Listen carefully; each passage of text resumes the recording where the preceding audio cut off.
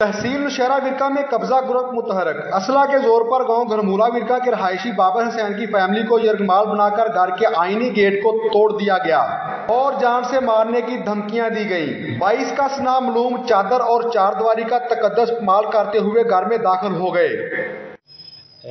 मेरा घर है 3 कनाल ते 4 मरले जगह। ਇਹਦੀ रजिस्ट्री, ਇਹਦਾ इंतकाल, ਇਹਦੀ गिरदौरी कंप्यूटराइज इंतकाल मेरे नाम है। दिलावर हुसैन उर्फ बिल्लू राजपूत नाल ਉਹਦੇ बरादर नाल ਉਹਦੇ बेटे नाल 10 कस नामलूम अफराद मौके ते राती आके उन्हें मेरा नुकसान किया।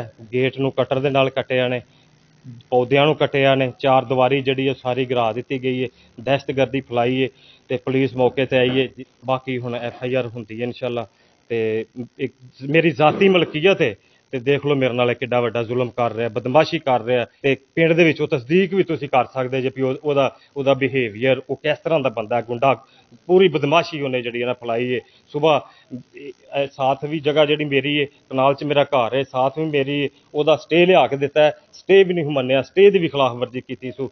वो कंध कर रहा सी, वो भी डकी है ते हुण तुहाडे सामने बाकी सारा मैनू इंसाफ दिलाया जाए। मुतासरा बाबर हुसैन ने बताया कि ये बदनाम ज़माना कब्जा ग्रुप है जो इलाके में असलहे के जोर पर मुख्तलिफ लोगों की जायदादों पर कब्जा करते हैं। IG पंजाब पुलिस और DPO गुजरांवाला फौरी तौर पर नोटिस लें।